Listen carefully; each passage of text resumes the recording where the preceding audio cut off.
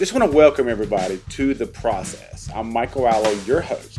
The Process is this drum show about drummers for drummers that kind of circle around drums, but not necessarily. Like, you don't have to be a drummer to follow this show. We're going to talk about some practicality on some things we're going to talk about. It's going to be a slam-packed show, and I'm excited. Yes! Today's show, we got Steve Colucci. We're going to ask him some very cool questions. We're going to ask him some of the views on social media. We're going to ask him some of the thoughts on practice habits, covers versus non-covers on like Instagram, the state of the drum community as a whole. We're going to talk about other drum companies. We're going to talk about practice habits. We're going to talk about muscle memory. We're going to talk about having fun behind the kit. Way out of tune, don't care a bit about it. Yes! Yes! Yes, come on. Hello everybody, and welcome to The Process. Today's show, we got Steve Colucci, the SC drummer, on stage. What's going on, Steve? Mr. Outlaw, how are you, my friend? Doing wonderful, man. Good to hear your voice, brother. What you been up to? Well, I just got this wonderful, beautiful kit that I have been getting myself accustomed to, my brand new Outlaw kit. Thank you very much. I'm just working hard, constantly trying to get better. It's a never-ending, lifelong process. Oh, man. Because I hear you're doing a lot of coaching, and you're doing a lot of training, and you're doing a lot of different kinds of drumming, Do a lot of experimenting, if that's kind of where you're going. Yeah. In some ways. I'm trying to find my own little niche. It's Yeah. hard to do. A lot of great players out there. Yeah. But I see your content, man, and I see your how much drive you have, and how much physical just push, and just so positive, and really just kind of pushing hard into the social media game and the drumming community. I mean, you. I heard that you and Jonathan Moffat are very, very tight. I mean, Michael Jackson's drummer. I mean, goodness gracious. I mean, he's a legend. Constantly picking his brain whenever I have an opportunity. I pick his brain. Man. And a lot of great stories. Well, we met him. He came by our NAMM booth in 2019, and you were gracious enough to take him out to dinner with his wife Myra. We, got an opportunity to spend an evening with him, and it was really nice to hear some of his stories about Michael and Elton and Madonna. And he's like an encyclopedia of experience. I mean, one of the biggest platforms, if you think about it.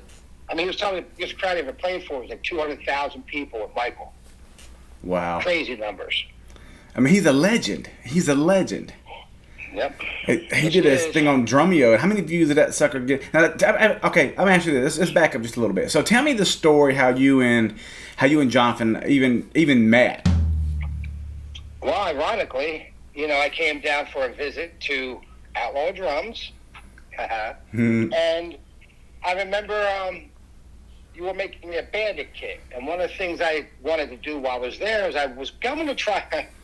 Stupid me! I was going to try to do Smooth Criminal with one hand as a kind of a joke, and that was impossible. So I said, "Hey!" One morning I was there. I said, "Hey, if you don't mind, let me run through it a couple of times."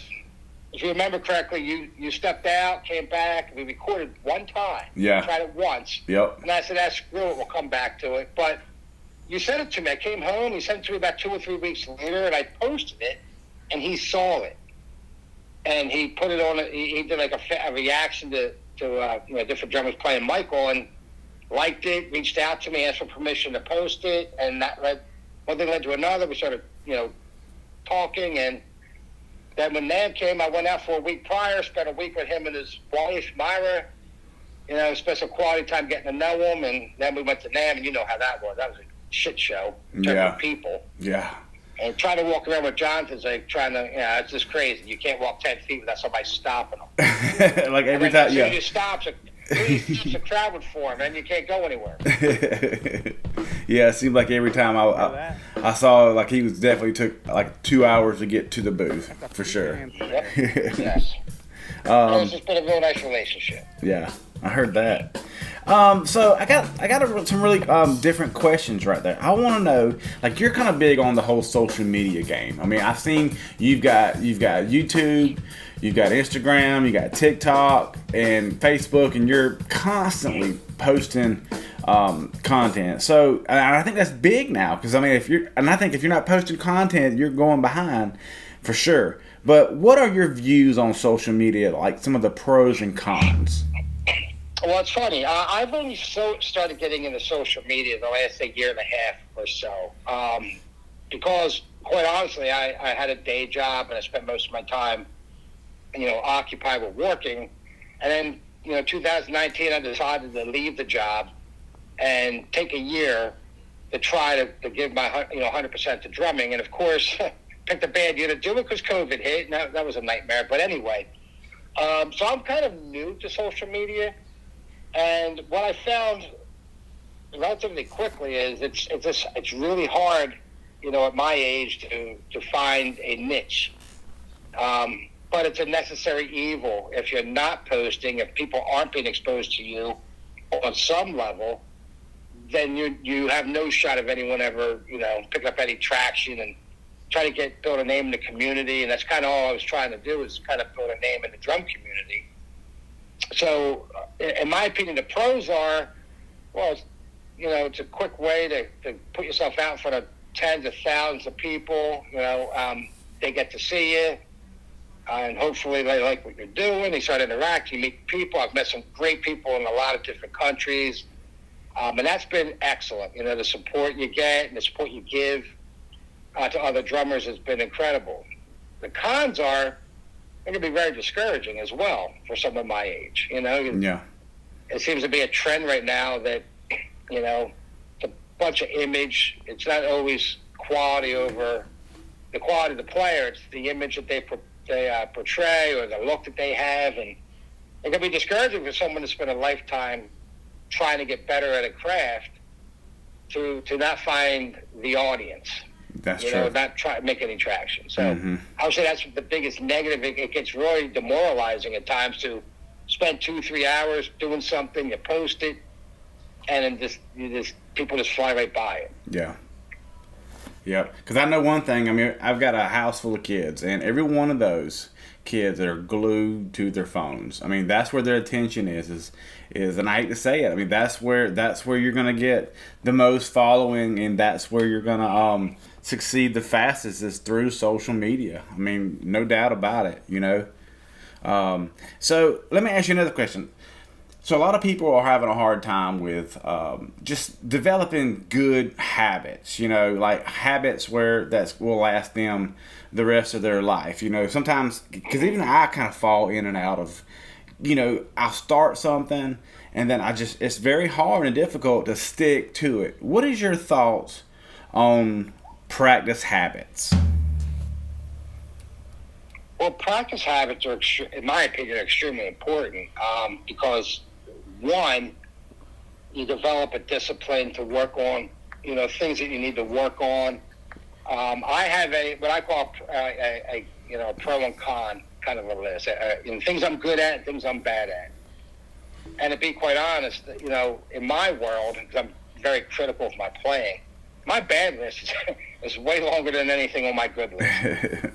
And the juggling with that is, you got to constantly be working on something from your bad list and try to get it over to your good list while still working on the good things so they don't become bad. You know what I'm saying? So you don't want to neglect a strength and work on a weakness to the point where the strength you had becomes a weakness now. Right. Do a switch. Mm-hmm.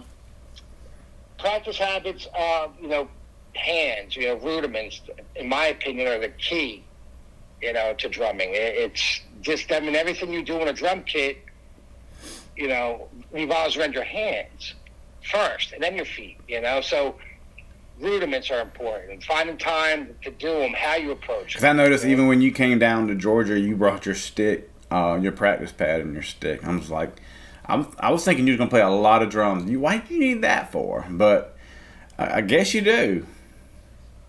Well, it's like anything. It's like anything that you, like a weightlifter that works out, they build muscle, and if they stop, you lose everything you work to gain. So my thought is, if I can find a half an hour a day to be doing my basic rudiments, then that's just maintained and making sure I don't lose something that I've worked years and years and years to build. Yeah, so about a half hour a day is what you give it. Minimum. So one of the biggest things to me is if you can get your core rudiments, and in my opinion, your core rudiments are singles and doubles, because most of your other rudiments are based on a combination of the two. So no matter what I'm doing, I do singles and I do doubles, usually in front of a TV, because I've gotten them to the point where I know I'm playing them right, because I've been playing them for 40-some-odd years, right? But that's kind of a warm-up, and then I'll go into flam techniques and drags and different rolls. But they all revolve around good singles and good doubles. So if I'm short on time, they're definitely two rudiments. Every single day, I got sticks in my hand and a pad. And I may be watching TV while I'm doing it, but I'm working on them to make sure I don't lose them. Yeah, so what do you do about, let's just say your weaker hand? Because, my left hand is not near as fast as my right. And I wish my left hand was as fast as my right. Is there any techniques that you do, that you practice to make your left hand as fast as your right? Maybe just practice that one hand instead of the other one? There's a lot of different things you could try. I mean, and it's all based on the person, an individual. But one thing that I recommend, one, is you should be comfortable starting your rudiments with either hand. So if you're most people are right-handed, right? So whatever hand you are, that's going to be your dominant hand for the most part. So if I'm a right-handed drummer and my left hand is weak, well, first thing I can do is, make sure I practice my rudiments to the speed of my weak hand, so that I'm at least playing the notes evenly and smoothly, instead of trying to force my weak hand to keep up with my strong hand, because it won't do it. You can sit there and you can practice, I'd still do it now. I'll just sit there doing 16th notes or whatever, just with my left hand, to work on building my left hand, my fulcrum, building my forearms and my wrist technique, and try to make sure that I'm, if I have to spend a little extra time on a weekend, I'll make that extra time. Right. Doubles or no matter what I'm doing. Do you find that taking breaks and playing the drum is beneficial? Well, breaks in terms of long periods of time. Let's just say I want to take about a month off from the drums. Is that possible? Oh, it's definitely possible. I mean, again, we go back to the strengths and weakness list, right? You might find a couple of things get rusty and kind of sneak midway back to as a weakness, but sometimes it's good just to recharge the battery. Yeah, I feel like I'm a better drummer coming back. I don't know if that's just the fact that I haven't heard myself play in a while and I sound better, but it seems like when I take a break and come right back, the immediate session that I do right then, I'm a little smoother. Maybe it's just my head. I think it's just because no one else is listening to your drum and say, "Hey, dude, you suck." You took a month off for, dude. No, I mean, in my opinion, when I typically don't take that kind of time off anymore, but I used to. What I would find is I would have an enthusiasm and an approach that maybe I had, because I was over practicing, I was fresh. But then what happens, I'd come back to the kit, but I have to get all that rust off. And it was kind of like this fine line of, it was great to have a new, fresh attitude and perspective and say, I can't wait to go back on it. And I'd sit down on the kit and go, damn, my single's a little slow. Man, why does that groove so hard for me to do right? You know? So there's a balance to it. And that's back to an individual player. Yeah. I think sometimes your body's going to tell you need a break. Sometimes you're going to have soreness. And one of the things that young drummers should definitely pay attention to is your body. If your wrists and forearms are starting to hurt, don't push through it. Slow down. Maybe slow your tempo. So days that my wrist hurt, and there are days even with technique, and I think I have pretty good technique, but sometimes I overdo it. I still use that time. I just do things slow. I still do my singles and doubles. I just do them slow, or I really work on my dynamics. I'll do them real quiet. Mm-hmm. And that's something I picked up watching Simon Phillips, is he would always, his thing is if you can do them slow and quiet, and gain full control of and build the right muscle memory, then when you go to speed them up and make them louder, it should theoretically be easier, right? Right. Yep. Yeah. So Learn the groove real people slow. Learn it slow, Yeah, and then add speed to it. Yes, I call it perfect practicing. Anytime you're learning something new, you should play it at a speed that you just can't mess it up. You're right. And I don't care if that's 40 BPM. Yeah. If that's less. Lock it down. Lock it down. Let the body get used to the muscles and your limbs to work together. And the best way to do that is to slow it down so your mind has a chance to put your bass drum on the E of 1 and your snare drum on the 2 and whatever you're working on. It gives your mind time to process it. And Gavin Harrison calls it his CPU. If you overflow your CPU, your hands and your mind can't work together quickly enough. Your mind's thinking too quickly for your body to react to it. So the best thing to do is slow it down, gives everything a chance to line up. Right. And then the more you do it, they can slowly increase your tempo. You'll find that by slowing it down, you'll get faster quicker. That's people don't want to do that because that takes like work. Because that's practice. That's what you call true practice. Is playing a beat at a tempo that's not fun. And right. So you're like, that's real. It's almost like schoolwork. You gotta learn the chords. You gotta learn those and get them to play them clean, like on a guitar. Play it, get to where you can play it so clean. It's not even funny. But most people don't want to. It seems like a lot of drummers don't want to put the time and effort to play. Because that's weird. Because a lot of drummers are really good, either like really well at playing in their band. But when you have to lock in, I'm gonna just tell you, I had to play to a click track for 2.5 minutes, and that was tough, very tough to play 100% in time and solid, and not raise the tempo or slow it down.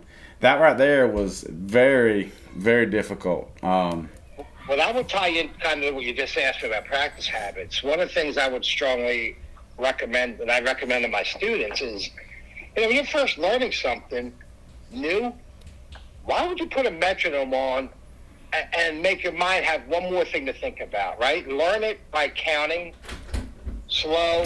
As I said, give your limbs a chance to line up to what they're supposed to do. And then once you start to do, you can get that steady, then you can throw a metronome on at a slow tempo to start lining limbs up and making sure you're in time and your tempo is strong. Yeah. But everything I do personally is with a metronome. Everything.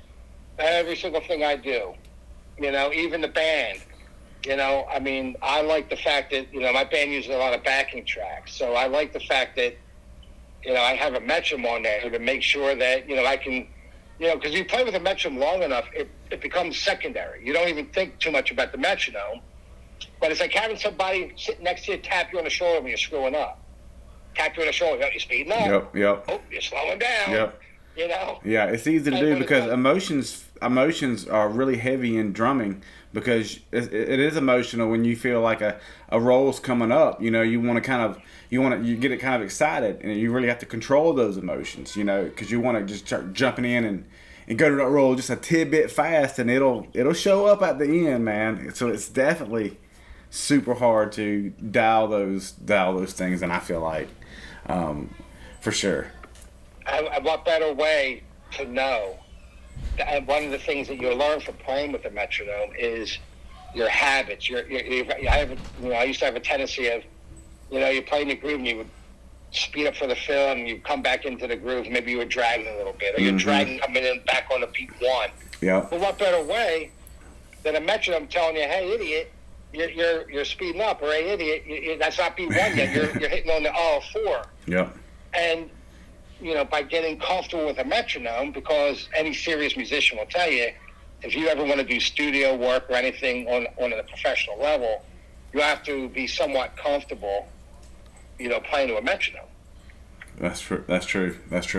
Another question. So, a lot of people play a lot of different types of drums. You see some people playing like drum covers, and you'll see some people playing solo and that stuff like that. So what do you think about, what's the pros that you found in drum covers? Because a lot of people are doing drum covers, and what have you found some of the pros and cons for drum covers? Well, okay. Well, one of the pros right off the bat is if you cover a tune, one, whether you like it or not, you're actually playing kind of to a metronome, aren't you? Because you're playing to the other drummer, who most likely, if it's somewhat contemporary music, has played to a metronome. So if you can play in tempo with the drummer on the song you're covering, then you're kind of playing to a metronome,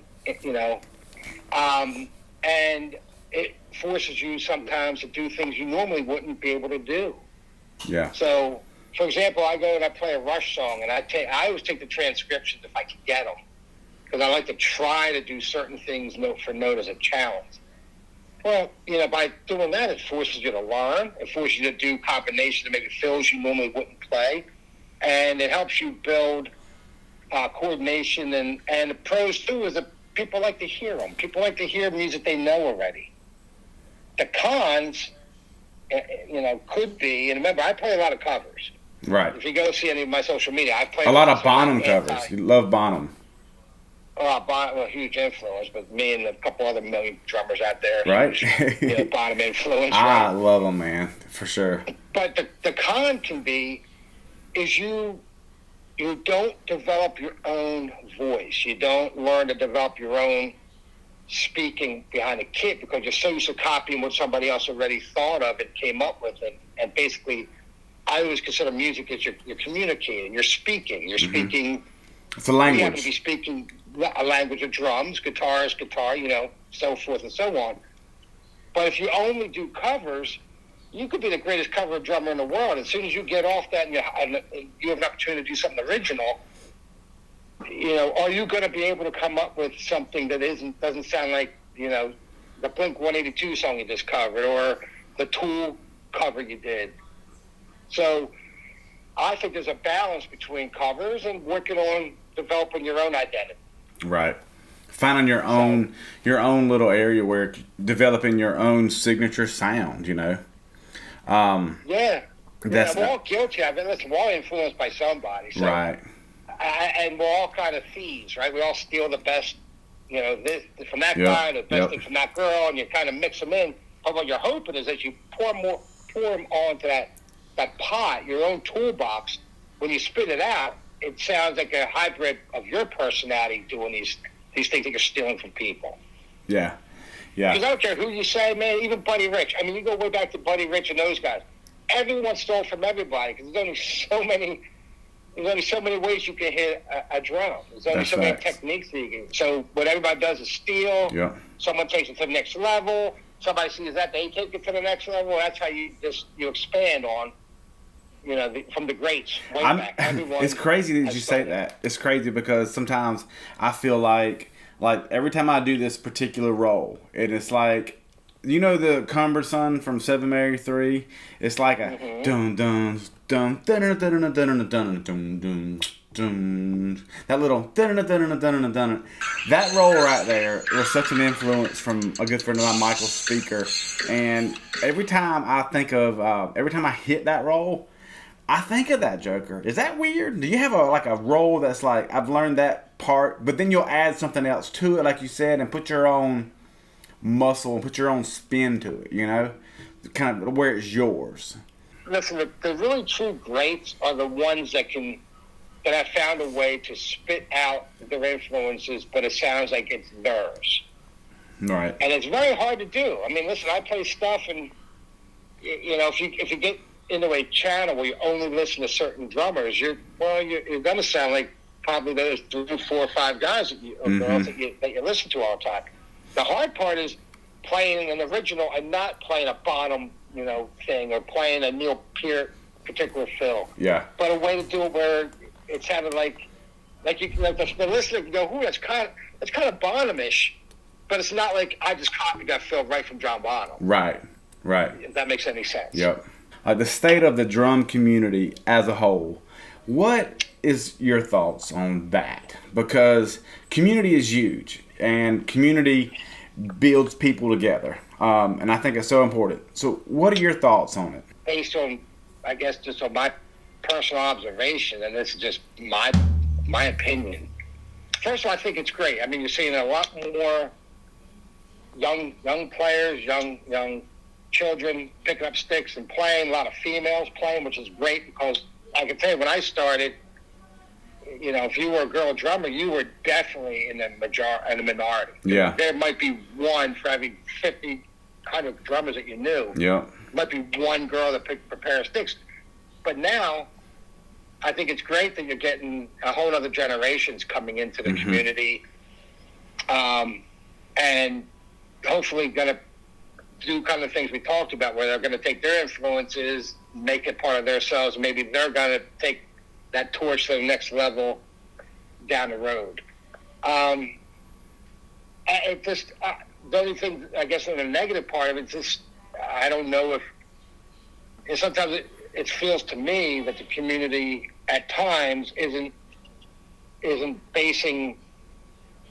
I don't know how to word this the right way without it being offensive, but I think that we should, as a community, should support people that are out there pushing and playing and bringing positivity to the craft and doing some things and really trying to put positive vibes out there. Yeah.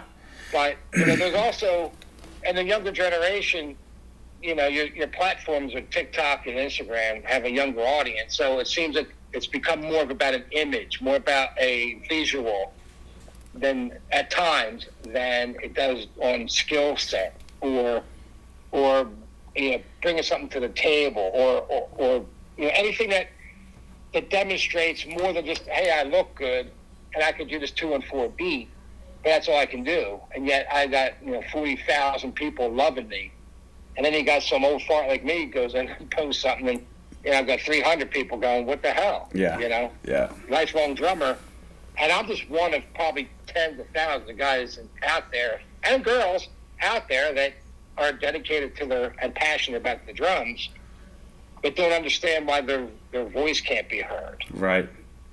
Yeah. But overall, I think it's wonderful to see such a diversity of players now coming into this, and such strong female players that, the Sidney Blackness, Annika Nalli's, the people like that. They're just incredible players, based on their playing skill.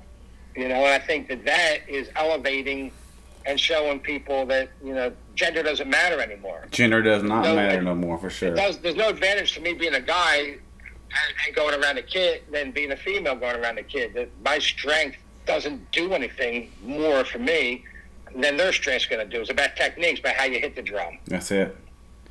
So I think that part of the community is awesome. And I think we're lucky as drummers because we, for the most part, are very receptive, very outgoing, very helpful to help other drummers. You go with your guitar player and they're like, I'll kill you before I show you how I do this.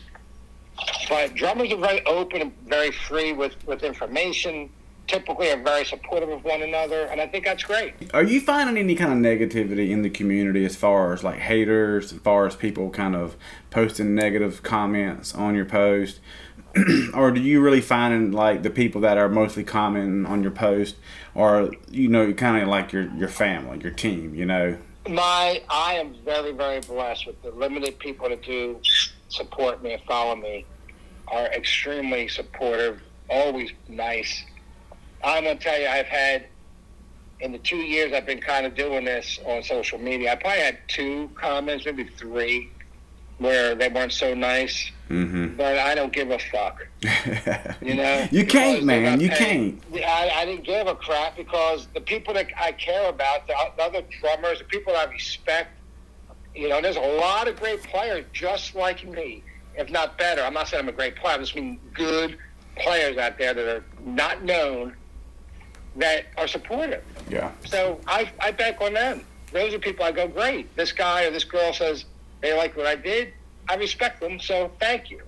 There's some idiot comments, and I have no idea who they are, I really don't give a crap. Let me ask you a question. So, are you more of the type of drummer that likes to bury their beater, or likes to kind of hit on it and get off of it real fast, kind of thump it like boom, or do you kind of tend to more kind of bury the beater type? Great question. Great question. It's funny you say that, because about 2 or 3 weeks ago, I started realizing that I think I buried a beater a little too much. You know, I mean, I like to have a fast foot. You know, that's a bottom influence.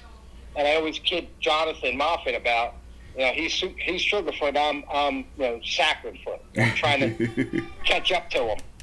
But burying the head, I think that I have to find a technique or work on my technique on getting it more of a, not quite a burying. I don't think I'll ever be a beater off the head guy.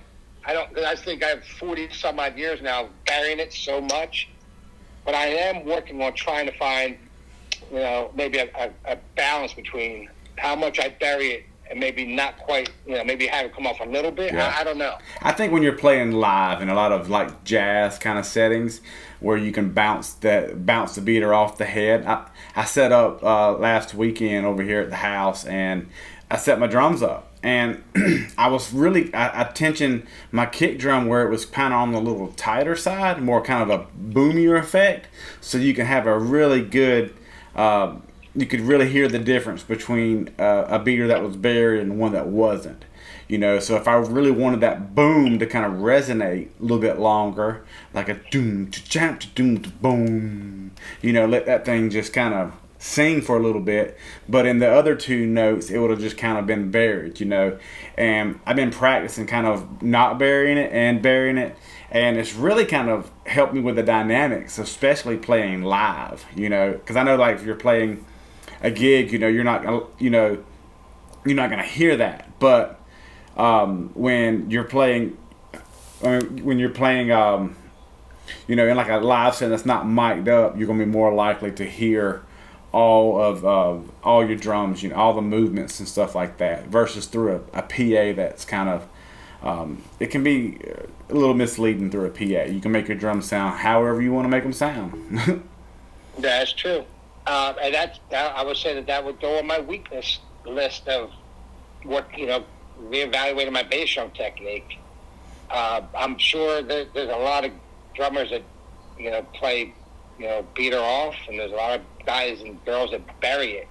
Probably the barrier. Probably Derek Hall. I'm gonna be honest with you. He probably showed me that kind of technique. That was probably one of the things that was like kind of stuck. It's like, you know what? There is a lot of times that's why a drummer sounds really good, is he knows how to finesse that beater and put those, and makes that kick just sound just big, especially when you get your kick tuned right and make it just sound, I mean, it's like, whoa. And that's why a lot of people think that they got to have new drums, and I want them to buy new drums, believe me, but a lot of times it's just in the tuning and how you play it, you know. It makes all the difference, really. And that's one of the things that Jonathan and I talked about a couple of weeks ago. We were talking about bass drum technique. We never really talk like drummers. We don't go, oh, how do you do this? How do you do that? But he happened to be mentioning something, and he went to hum a beat to me. But, for example, he played on Keep It Together, and he was humming it, and he accented one note of the bass drum, and it totally changed it. I said, what did you just do? He said, oh, I accent that note. So it pops. It changed. So what he did is he hummed it without it, and then he hummed it with it. And I'm telling you, it was night and day. And I think watching Jonathan's technique, I'm going to tell you, I don't think he's more of a beater off kind of guy. Because how the hell does he get his foot so damn fast? If it was buried, the time to take it back and then strike again would definitely slow him down. Yeah. I don't know how he does it. I mean, I don't really like him just because of that. But he does something with that damn foot. And I think I have a pretty good foot. And I watch him, I'm like, damn, what the hell? It's all about his ankle. He said, it's all about your ankles. You know, ankle strength and developing it and working through it. So anyway, there's definitely a sound difference. There's also, you know, a lot of drummers, me included, because of the style of music I tend to play, don't realize you can accent your bass drum. People accent their snare, they accent toms, but they don't think about, I can accent my bass drum. Yeah. They play bass drum one dynamic all the time. You know, unless you're going to super quiet, but if they just play the tune-up bass drum is always the same force, you know? Yeah, right. But by manipulating the dynamics, you get a whole different feel to it. Another question. So, do you read music at all? Like, do you read? Yes. Yes, Okay. I do. I taught for many, many years. I went to LA and studied out there. Yes, I can read music. I would say fairly well. Do you think it's something that drummers need to go and do and pursue? What would you say? In my opinion, Michael, I think that is a huge, huge thing that every drummer should learn. And that's what I'm not saying. I hate to keep dropping Jonathan's name, but that's one. If you ask Jonathan, I interviewed Jonathan when I was out at NAMM, and I told my YouTube, I interviewed him. That's his biggest regret. He said, I regret that I didn't learn how to read music. Because a lot of the Michael Jackson recordings were done with Quincy Jones's team. And Quincy Jones had house drummers like J.R. Robinson. He'd call Jeff Porcaro, Nagu Chancellor. The only reason Jonathan couldn't go and do the recordings is he couldn't read the music. He could play it, he just couldn't read it. And Quincy would go in, throw a drum chart down, and those guys would play. My analogy when I teach is, look, you and I have both got to go to a destination we've never been to, right? I have a GPS. I read music. That's my GPS. You don't. We both might find that location eventually, but I'm going to find it relatively quick. I'm going to go right to it because I have the resource. I understand the foundation, the basics of music by able to read it. I can go then quicker to my destination. Than somebody that has to fiddle around, left, make a wrong turn, go the wrong direction, but they'll eventually get there. I would just, in my opinion, I'd rather get there quicker. Most of your videos, do you record like from your phone, or do you record like from your computer? Do you have like an interface? And yes. Go ahead. Use the interface. What kind of interface, and what program do you use? I got Pro Logic 10. My interface is a Scarlett 1820i, I believe. The same one you have. Yep. You remember when I was there, we traded. I gave you my interface for a snare drum. Because I happen to I brought my interface down with me. So, and it goes into an Apple Mac that goes into the Pro Logic X. That's where I do the recording. Listen, don't go to my videos and judge me because I'm still learning that crap. But because one recording will sound like I'm good, and one recording sounds like, what the hell was that guy thinking when he recorded? I goes out, I record the video with my phone, and then I have to go back and edit everything together. Yeah, totally. You know from doing it yourself, that's a process. That's a huge process when you got to do that right there. That's kind of what I use. I use GarageBand, which is kind of, I guess it's kind of the same thing. It's just it's not an upgraded version, because a lot of times I'm just recording the drums. I'm not recording full bands yet. Every once in a while I have a full band stop by, and I'll tinker and record them a little bit, but most of the time and I got to be done fast, so I'll try to keep everything kind of set up so when the inspiration hits, or I want to make a drum sound file, I can just go and boom, sit beside it, and everything's set up, it's done, and it's not moved, and I've got it as sounding as natural as I possibly can. I really don't like to try to put too much effects into the drums. I really kind of want them to sound as natural as I can. But and I found that by really, truly, if you'll start off with your drum, and I've learned this from some of the studio engineers that stop by, because I question them, and their advice is get your drum sounding real good from the start, okay, and then recording your drum is going to be so much easier. And then you just start off with your overheads. Get your overheads kind of dialed in a little perfect, get it sounding good with just your overheads. And then slowly start bringing in these other mics, the kick, the snare, the toms. A lot of times I don't even mic the toms. I'll use the overheads to catch it, because if you tune them up, they're going to resonate nicely, and those overheads and that snare drum mic and that kick is going to pick up some of those tones as well too. Now it really won't be as good, but mainly I'm focused more on the snares, because that's kind of the sound files and stuff that I'm doing. And just by dialing that in and and getting your sound up as good as you can, and just basically, I think that's going to be huge, getting that ready, because then when the motivation comes, you can just sit beside it and go. I think the other one taught me that when I was down there. You said get your template where you like it. This way, every time you go on, it's already got them. It's already there. It's already, the drums are the sounds you want them to sound. I would tell you that the overhead miking and stuff works great. But when you do start to put music in it, and if you're doing a lot of fills and tom work, sometimes it's nice to have the closed mics there just to pick up so that you don't get them lost between the overhead and the music. Sometimes you'll lose some of the overall getting a good tom, clear tom sound. So what do you do when you're playing a drum cover? Do you plug right into your interface just like you would plug in a mic? So you would plug in let's just say your phone, or if you've got a song on your phone you want to drum to. Is that how you would do that? No, what I do is I go and I get the music, I upload it to my DAW into my Pro Logic 10, Pro Logic X, or I guess that's 10, but anyway. And then what that does is it automatically would grab the tempo of the song. So now I have a metronome as well as the song.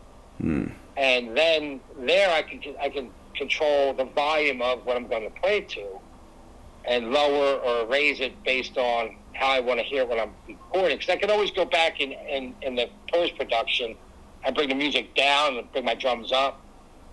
But I don't ever play to a phone because I simply won't be able to hear it. I just won't. Yeah. So I have an issue with that too.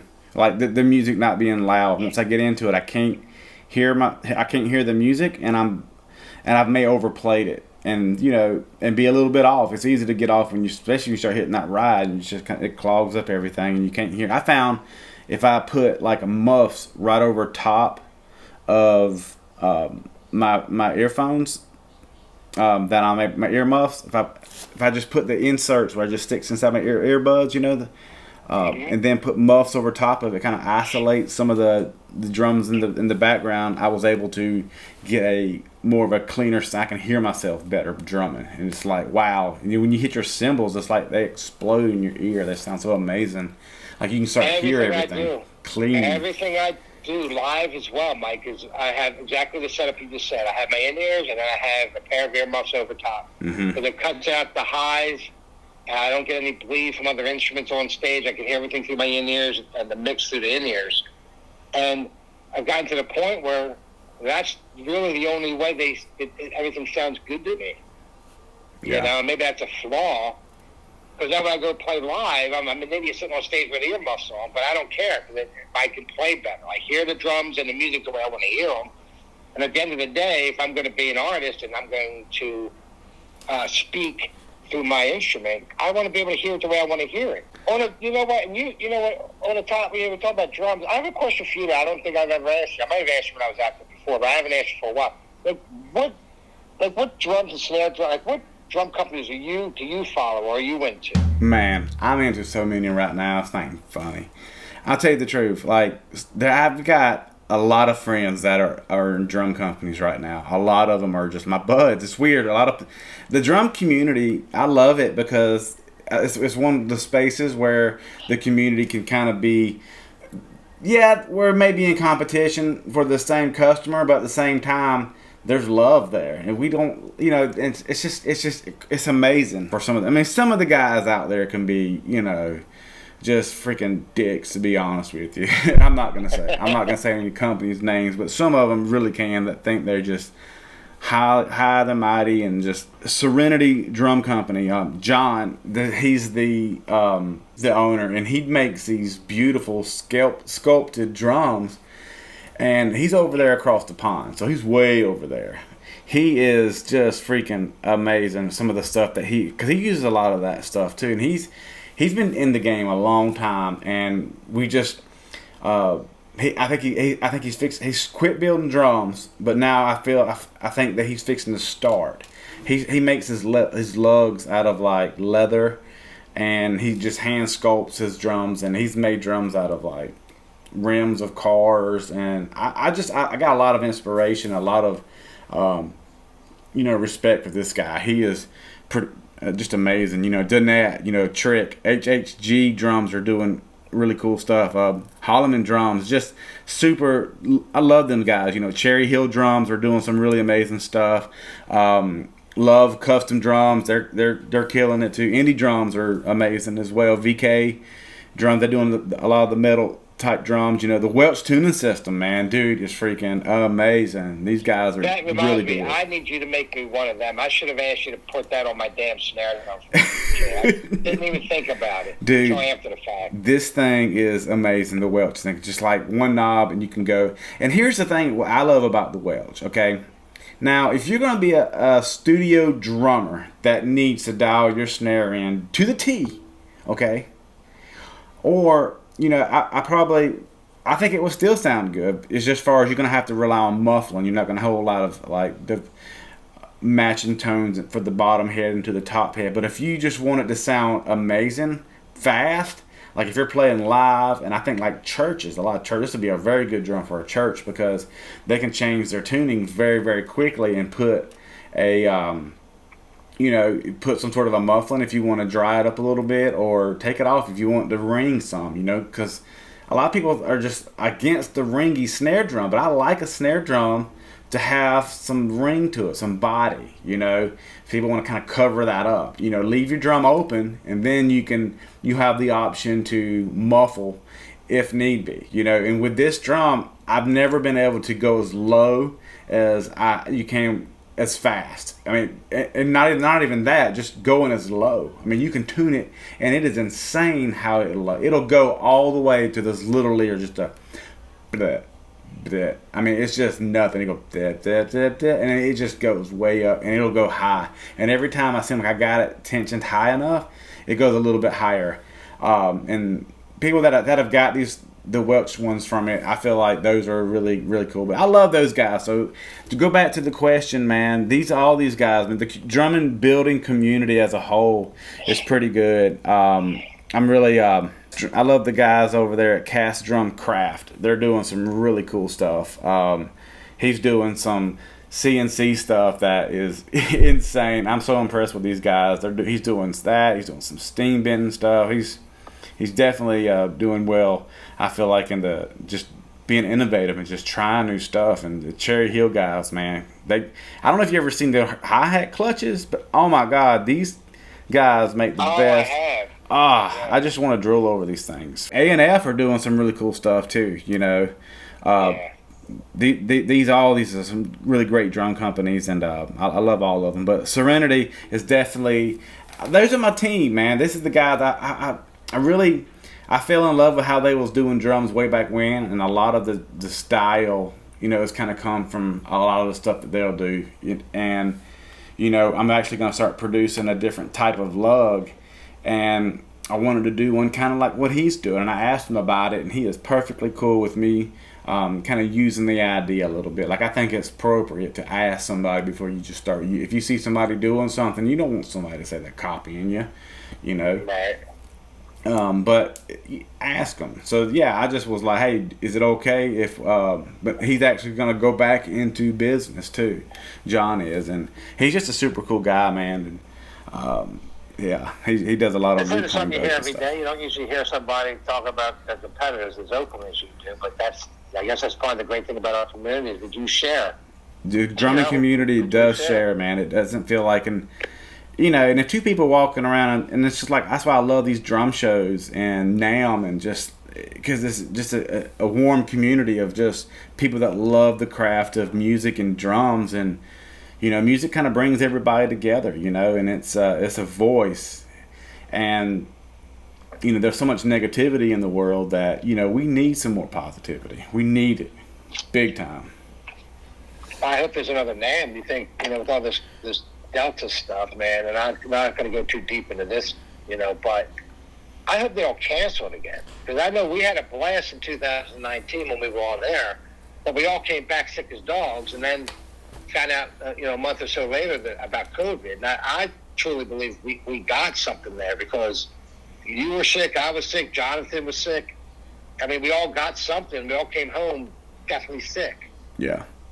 So I think it should be a person's opinion. I think they should be able to choose. If a lot of people are losing their jobs because they're not getting these vaccines, and it's definitely a little bit eerie. I feel a little bit I know everybody's kind of wanting to get out there and start playing and start really pushing the music, but I'm really feeling in my soul, man, that it might be a little bit premature yet, to get back to where everything is at, because the numbers they're going up and it's fixing to start getting cooler, and that's when people start getting sick even more. So it's definitely got my eyebrows raised for sure. Well, now that we're painting this, rainbows and unicorns here, this went south real quick. This talk, I know. Yeah, let's hope it doesn't. Let's hope it gets better, because the music industry as a whole. I mean, just one of many industries that had issues. But I don't know if the music industry can take another year of those kind of restrictions. I mean, I know the restaurant business can't do it. So musicians are now just starting to gig again. And can you imagine they pull it all back? I mean, some of these people just won't be able to recover. Yeah, it was hard on us, because people ain't gonna justify buying a snare drum if they're not able to play out and kind of make money for playing their music. That's how they make their money. A lot of them, but a lot of times the people that was been buying the drums from me really wasn't the people that was out playing at the shows and stuff. These were the guys, the people that almost doing music as a hobby, and they had their own other day job, which to me sometimes I feel like can be funner, because if you are making your living playing drums, there's a good chance it's not going to be something that you just are ecstatic about every single day, is it? Well, you put me on tour with Beyonce, I have a feeling I'll be okay. I think I'll find every day to be a great day. But I've seen these guys out there. I've been to behind these shows of these stars, and just talking to, and a lot of these drummers, they're tired. A lot of them are just like, they're tired, and they just want to go home to be with their family. To me, I feel like drumming gets really fun. It's always amazing, but I feel like it gets a little cloudy when you start having to put a paycheck on it, and you fixing to start having to make money on it, and that's when it starts going down a little bit, I mean, to me personally, I feel like if I had a show to go do once a month, and that would be very fun to me to do and make a little money doing it. But if I had to go do one every single week, how much work it is, setting your drums up and packing them back up and setting them back and packing them back up. That's a lot right there. And 3 o'clock in the morning, you got to really love it. And a lot of these guys, they love it that much to do it. And my hat's down. A lot of people, and this is another thing too, is people go on these they'll give up. They'll give up playing the drums, man. And they'll just say, screw it. I've known so many amazing drummers that just gave up just because of the fact that they're not able to make it playing the drums for a living. My thing is, play drums, but don't focus on trying to just make that be your exclusive number one source of income. Because you got to have more than a couple different things you're working on. You can't just be just solely focused on one thing, and then that fails, and then you're gonna fall. I had with the drums going, I always did cabinet work too, so I always fell back on the cabinet work until I got the drum name built up enough to where it can kind of sustain itself, and I don't have to do cabinets no more. And it's always a trick in my bag, that I can always go pull. But people they want to give up, man, because there's something about an itch, man. Tell me about it. There is something about an itch that you just can't quite reach, and you'll scratch, you'll move, you're like, my arm is not quite long enough, I can't reach it yet. But man, when you do reach it, it's gonna grab you, and it's gonna feel so good. And that's kind of how the drumming niche is, man. You're right. There is a peace of mind that comes with knowing that you have a steady income that allows you not to stress about. And I'm gonna tell you, Mike, last year I resigned from a high-paying job, December 2019, to give this drum thing a go last year, and COVID hit, and it kind of deflated everything. I'm gonna tell you, 7 months in, I could be more stressed out because there was no income coming in. The musical world just stopped. Yeah, you almost get mad at the drums, like, screw you, drums. This is what you left me. You just kind of feel like, what's the point? Yeah. What's the point? And sometimes, go back to the social media thing, you know, sometimes, it's, you know, I always say that, you know, an author doesn't write a book to have no one read it, right? So if someone takes the time to do a video, to edit the video, and to post the video, it's discouraging when you do all that work and post it and nobody watches it, or nobody basically reads that book. Yep. And I think a lot of people get discouraged there, too. I know a lot of drummers, by the way, that have got discouraged because of that. Yeah. Yeah. I feel that way, too, man. So it's only passion keeps you going. Yep. I feel that, too, man. Hey, man, we've only known each other a bunch of years now. It's about time you got me involved somehow. You know, Jared Peace is a hard drummer to follow, though, you know. Jared Peace, he's one of them guys, too. It's like you don't even really know he can play the drums until he sits on the kit. And like, whoa, where'd that come from? Very high, very, very competent. He's a Berkeley trained drummer. I mean, the guy's got grooves, he's got chops. I mean, Jared's a very, very good drummer. Yeah, he is, man. And that's another guy that you think about. He's a young guy, thank God, so he's got time to work on a music career. But he's just one of tens of thousands of guys that have that, and girls, by the way, not just guys, people that have that talent. And you know, it's just a shame that only a handful, you know, will get the opportunity to actually go further with it, you know? Yep. And that's why old guys like me, you know, I'm not that old, but you know what I mean. People in my age bracket, you just try to keep the wheel moving while the young generation comes on board and kind of picks up steam and kind of keeps it going. People my age just keep pushing along because it is a lifelong pursuit. It's a marathon because everybody thinks that they've got everything under control and know everything they need to know about this instrument. You know, unless you're Dave Weckl, Vinny, or one of those kind of cats. The truth is, it's a lifelong pursuit. There's always something to improve or get better at. Yeah. And that's part of the fun of growing with the instrument. Yep. Yeah, it becomes an extension of your arms, you know. It really does. Those drumsticks, dude, they become part of you. You know, walking around just holding them, learning how to hold them, you know, just right, you know. Because I feel like I'm not very good at, like, reading music, per se. I'm just kind of self-taught, and I'm not saying that, you know, I definitely struggle with a lot of things. And, you know, but I love making drums. I love playing them, you know.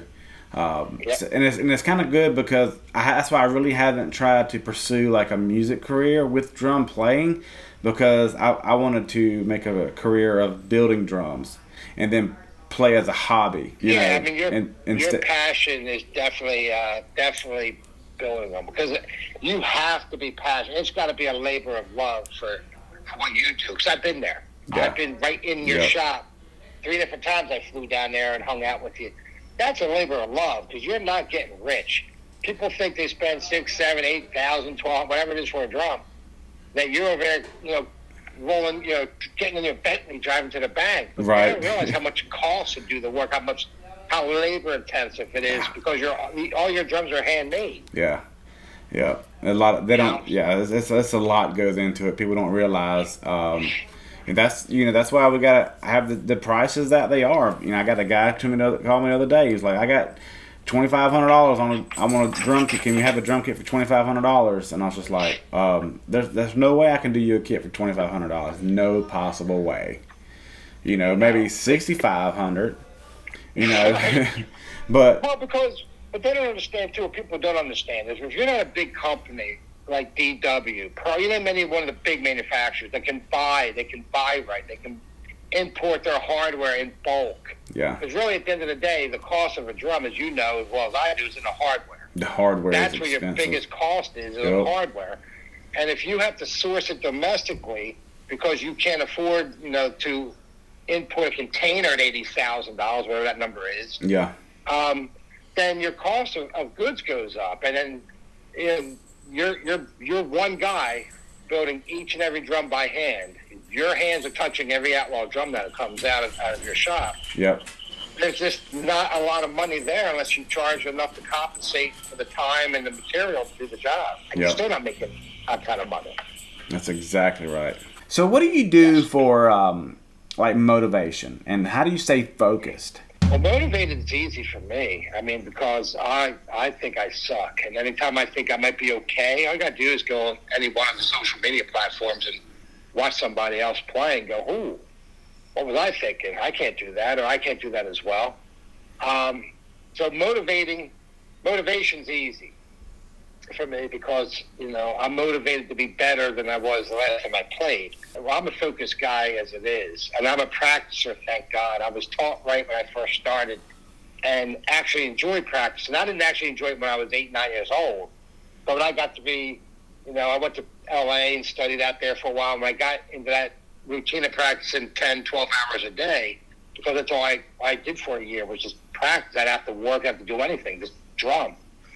That carried over when I came back. I became a practicer, and I loved it. Mm-hmm. So to stay focused, focus to me is just knowing that I have my own internal goal that I would like to reach, playing-wise, social media-wise, student-wise, and I just stay focused on, I got to get there somehow. And that also inspires me to practice when I don't feel like practice. And really, the key to being focused, honestly, too, when it comes to practicing is you designate a time every day. If you have a half an hour, whatever you have, this is for any age, you almost like a job. If I know from 4 to 4:30 I have free every single day, then I got to approach like between 4 and 4:30, like going to school, going to a job or whatever. From 4 to 4:30, this is what I'm going to do. Mm-hmm. And from 4 to 4:30, before I walk down to my kit, I need to know what am I working on before I even go down. Because what happens for all of us is you go down, you start goofing around, and next thing you know, you're jamming, and I'm just doing a drum solo for the first 20 minutes of it. And then you only have 10 minutes left to practice. Yeah. So your practice was basically meaningless, versus practice, like you said, practice something real slow, work on something, work it as slow as you can possibly, lock it in, and then just keep that sucker locked in and then just gradually start speeding it up. That really kind of resonated with me. I don't do that normally. I want to just start playing at the speed that I want to be at, and I can't make it real. And that's why a lot of drummers don't play real clean. That's why I struggle with it too. I'm not real clean because it's trying to rush that speed when you're really not mature enough to play that speed yet. Well, what you're doing is you think about it, you're fighting your own body. Your brain is saying, what are you trying to do? Because you haven't got your muscle memory in your brain. Muscle memory, yep. So what happens is your brain is saying, your brain's going, and your body's like, what are you trying to do? I haven't done this yet. And you stumble. You're fighting, you're almost putting a brake on the thought. Because the two aren't working harmoniously. So if you practice slow and slowly work on building up the tempo, then when you think it, and then you can apply it because you've gotten the two to work together. That's why that's kind of important. You think about it, everyone started slow. I mean, you learn to walk, you learn to talk, you learn to eat. Everything you start at a slow pace. Yeah. And as you get older and better at it, what do? You start to be able to jog and run. You start to gorge it, I started eating too fast. That's my problem. I wish I could eat slow. I wish I could eat slower, and play the drums faster. I wish I could reverse them too. You should enter one of them hot dog eating things. Dude, I can tell. I'm telling you, man. I cannot. I see it in front of me. I'm just like, it's done. Everybody's looking like, dang, did you taste that? It's like, kind of. I'll taste it when I burp it up later. I'll catch it on a rebound when it comes back up. I'll taste it then.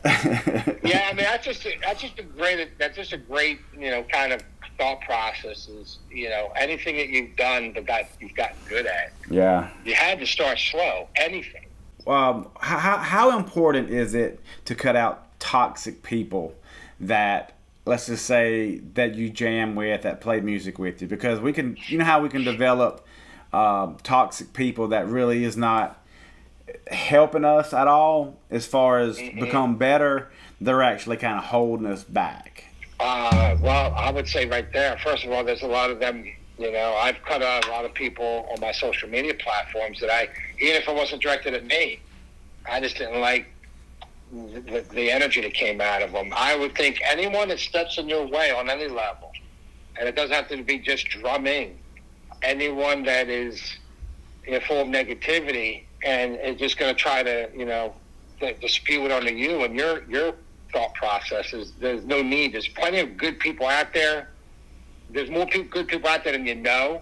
The problem is that sometimes you get so full of having these toxic people around you that you're subconsciously blocking out the good people that could be replacing them. Mm-hmm. So I'd rather have a small circle of good people than have a big pool of toxic people and think they're friends. Yeah. If that makes any sense. That's why, my handful of very supportive people on my social media platforms are great because they're supportive. They're there when I'm down.